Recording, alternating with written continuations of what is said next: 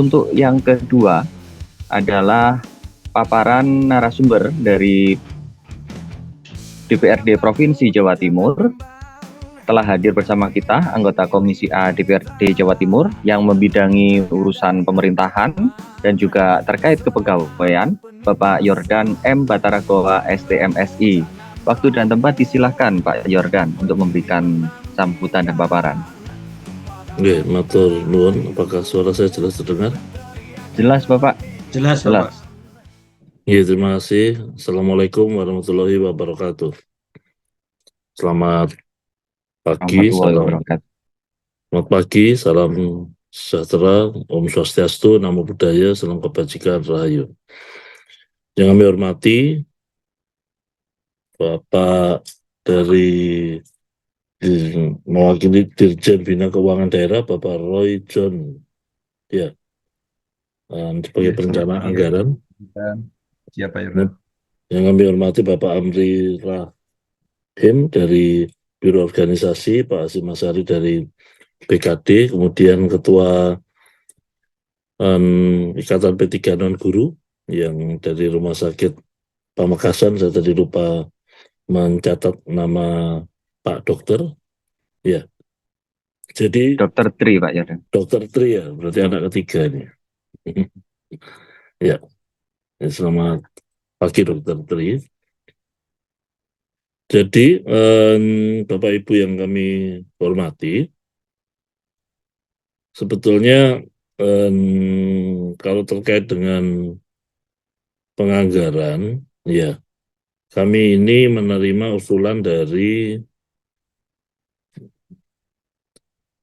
BPKAD ya. Jadi usulan kemarin kami baru rapat dengan BPKAD dan usulan anggaran-anggaran itu disampaikan oleh OPD-OPD kepada BPKAD dan kemudian itu dijumlah ya. Nah, memang kami tidak bisa mengetahui dengan pasti bagaimana rinciannya. Ya, oleh karena itu kalau tadi disampaikan pembayaran tunjangannya masih 50%, kemudian tahun 2025 bagaimana di Permendagri dijelaskan dalam pedomannya mestinya sama dengan PNS ya, tidak dibedakan. Oleh karena itu, monggo Pak Hasyim Asyari bisa menjelaskan bagaimana komposisi untuk 2025. Nah, apabila ada ketentuan kekurangan anggaran sehingga belum bisa menindaklanjuti apa yang tertuang di Permendagri, nah monggo disampaikan ke kami di DPRD supaya bisa kita bicarakan. Jadi memang sebagai akibat adanya urusan pajak yang terbaru itu, kita kehilangan, diprediksi kehilangan bukan 4 triliun tapi 4,2 triliun.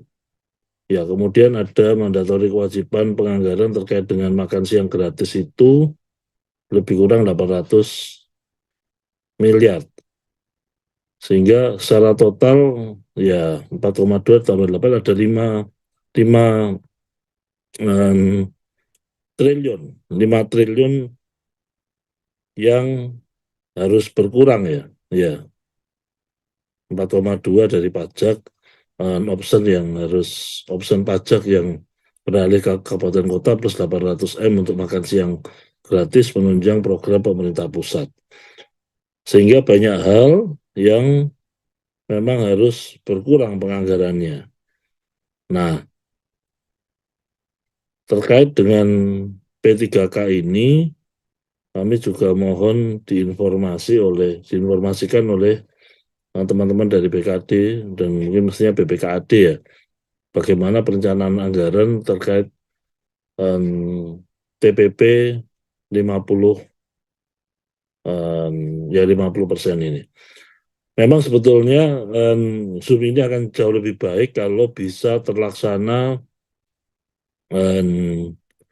mungkin seminggu atau 2 minggu yang lalu ya, sebelum kami rapat dengan BKD, sebelum kami rapat dengan BPKAD, ya. Kalau tadi disampaikan sudah mengajukan audiensi 2 Oktober, sampai sekarang belum terrealisasi dengan pihak eksekutif. Saran kami di lain waktu dengan legislatif juga dilakukan audiensi, ya, supaya kami juga mengetahui problem yang terjadi dan kami bisa memperjuangkan apa yang menjadi hak-hak rekan-rekan di Pemprov, ya. Kami dari Komisi A tentu ingin agar rekan-rekan ASN ini profesional, melaksanakan tugasnya dengan sungguh-sungguh dengan baik, tapi itu tentu harus diimbangi dengan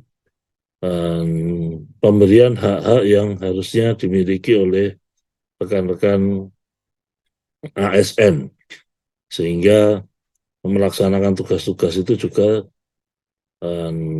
sudah diimbangi dengan mendapatkan hak-haknya. Jadi ada imbang antara hak dan kewajiban. Pada prinsipnya seperti itu kami di DPRD, kami siap mengawal, apalagi itu sudah menjadi haknya rekan-rekan dan ASN. Ya, kemarin kami rapat dengan BPKAD, memang kami mempertanyakan dari tahun ke tahun itu penggunaan dana terkait kepegawaian itu memang silpanya tinggi. Ya, rata-rata 1T ya. Ya, silpanya terkait dengan belanja pegawai ini dari tahun ke tahun. Nah, lebih kurang seperti itu, sehingga mungkin dari Pak Hasyim Asyari, ya, Pak Amri Rahim yang hadir mungkin juga bisa menjelaskan, nanti kita bisa dialog ya, supaya kami di komisi itu, jadi memang kami komisi tidak tahu semuanya ya. Jika tidak ada pengaduan, tidak ada masukan, tidak ada informasi masuk ya, maka kami juga tidak semuanya tahu masalah yang terjadi. Ya, kemarin yang kami soroti sebetulnya adalah rekrutmen untuk P3K ya. Jadi P3K kan harus habis tahun ini ya. Maka kemudian tahun depan itu ada P3K penuh waktu, ada P3K paruh waktu. Ya. Nah, kami sudah bertanya kalau P3K paruh waktu ini terus bagaimana? Kemudian apakah kesejahteraannya sama atau beda dengan yang penuh waktu? Ya. Tapi ternyata aturan dan ketentuannya belum ada. Ya, jadi problem kita ya honorer yang belum jadi P3K, honorer yang hampir pasti tidak bisa jadi P3K penuh waktu, jumlahnya memang ada puluhan ribu ya, karena rekrutmen P3K akhir tahun ini hanya 3.336. Ya, padahal tadi disampaikan honorernya masih 24.609.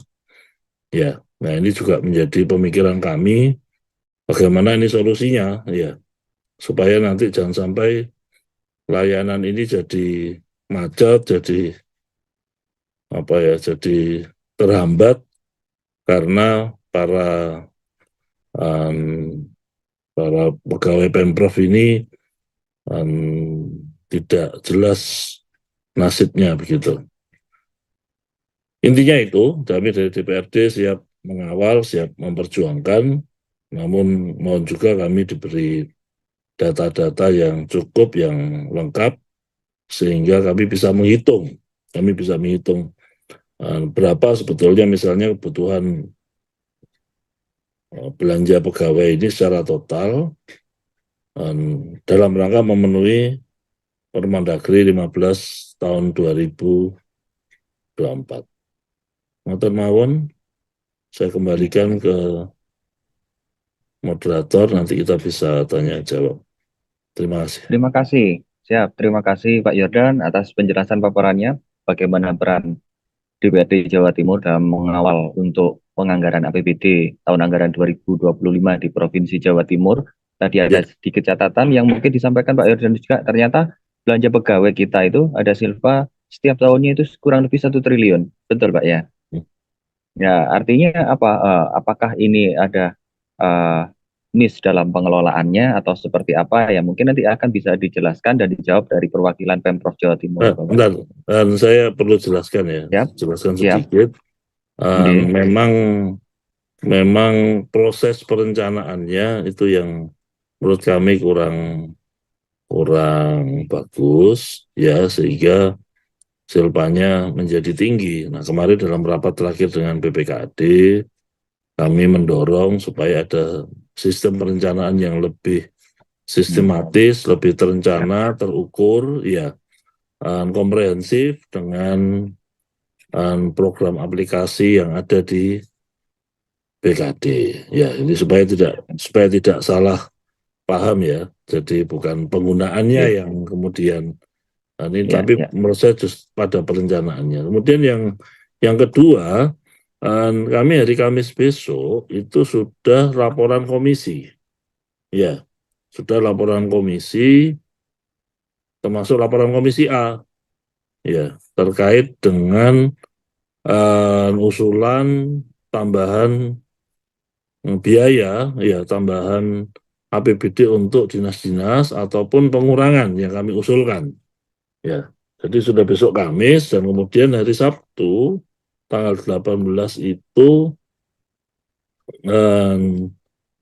rencana akan ditetapkan. Ya, karena kami dibatasi maksimal akhir November, 30 November itu harus sudah selesai. Nah, biasanya penetapan APBD itu 10 November. Ya. Namun karena DPRD ini transisi, ya, maka nggak mungkin kami bisa ngejar tanggal 10 November.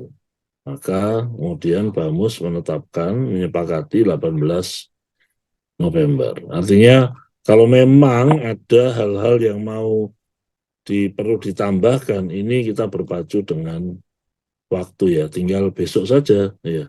Karena Kamis, besok kami masih ada rapat, kemudian Kamis itu kami sudah harus laporan, setelah itu siangnya kami rapat mengundang dari Banggar, mengundang komisi, lalu rapat TAPD hari Jumat. Ya. Siap. Jadi Siap. Terima kasih Pak ya. Yordan. Ya, sama-sama. Oke, kembalikan. Oke. Atas informasi yang disampaikan Pak Yordan, terima kasih. Semula Pak Yordan, perlu kami informasikan juga bahwa webinar ini sebenarnya mau direncanakan tanggal 15 November, hari Jumat besok. Namun melihat jadwal paripurnanya DPRD itu bahwa benar Pak Yordan sampaikan, hari Kamis tanggal 14 November sudah mulai laporan komisi untuk usulan terkait APBD itu, dan juga Senin 18 November itu sudah ada penetapan, dan maka mau tidak mau ya webinar kita harus dipercepat, dan akhirnya alhamdulillah hari Selasa ini pagi sampai siang nanti ini kita bisa melaksanakan webinar. Artinya ini kita juga ingin mencari tahu seberapa jauh yang sudah dilakukan oleh Pemprov Jawa Timur, khususnya dari tim TAPD dan juga dengan DPRD, dan juga sesuai dengan kebijakan Kemendagri, sehingga kami juga dari P3K baik teknis dan nakes itu bisa memiliki gambaran dan kesepahaman terkait anggaran di 2025 yang diharapkan ini akan memberikan kesejahteraan juga kepada kami yang saat ini masih di bawah, kami menyebutnya prasejahtera. Jadi kalau kami mengibaratkan P3K saat ini sedang puasa Pak Yordan. Jadi kami berharap 2025 ini ketemu Lebaran. Ya, tentunya dengan kinerja yang akan tetap diperbaiki dan tetap ditingkatkan.